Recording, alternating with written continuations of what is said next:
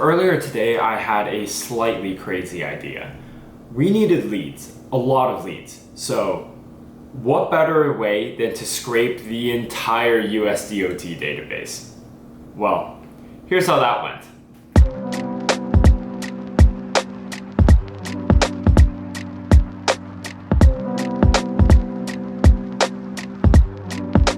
For a little bit of background information, why would we scrape a US DOT database? First of all, this is the US Department of Transportation, and they handle the licensing for every motor carrier, so trucking company.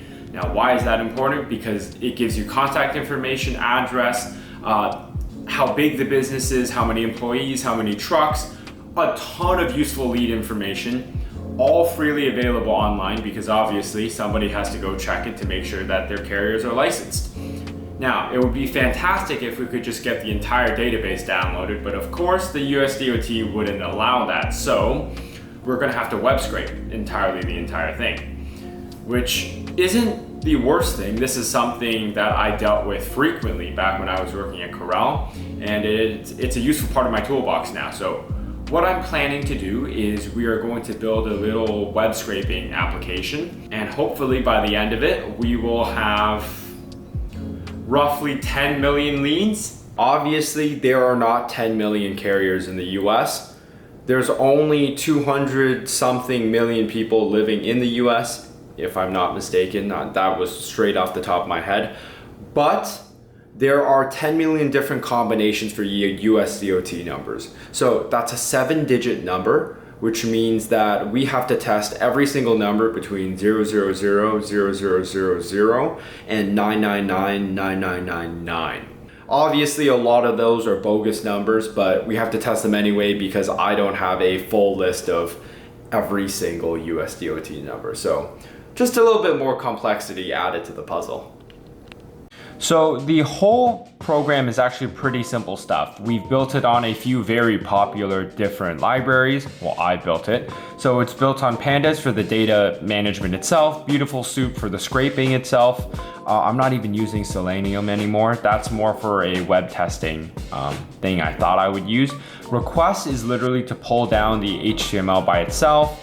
We got TQDM, which is this nice little progress bar library. Obviously your multiprocessing, and we use NumPy because there is a little bit of linear algebra that we need to play into. And the program itself is actually really simple. The key thing here, and the thing that took me hours to figure out, is that we are using a brand new library called multiprocessing in Python. And what this allows me to do is instead of running things sequentially, I can run them concurrently. Now, that might sound like a lot of mumbo jumbo to you, but think of it like this. Say you have a list of 100 tasks. Instead of doing them one by one by one by one, wouldn't it be amazing to do all 100 at the same time? But back to the topic, this means that we are able to get a ton of processing work done in far less time. So obviously we're limited by how much CPU power I have. So right now I have tested it slowly up to 500 concurrent iterations, which is not fantastic. Ideally, I would be operating at 10,000, but obviously we are not there.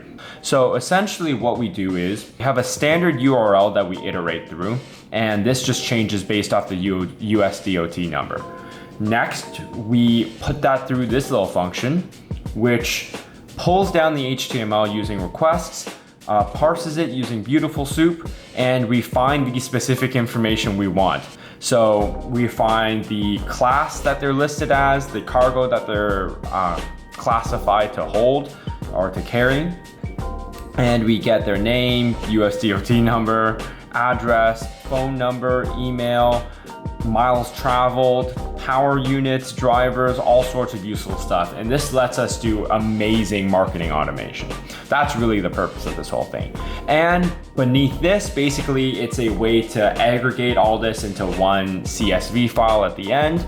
and we got our nice little concurrency build here. The next step here is gonna figure out how to get this all up on a cloud server and see if we can run the process up there and how much that costs. I have the feeling that might cost a suspiciously high amount. So at the end of the day, we'll see if it's even worth it, or maybe this was just one big learning experience.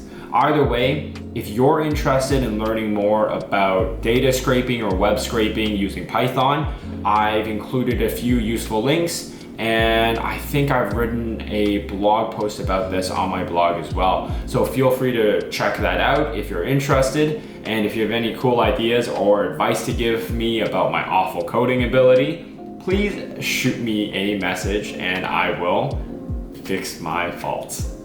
Cheers.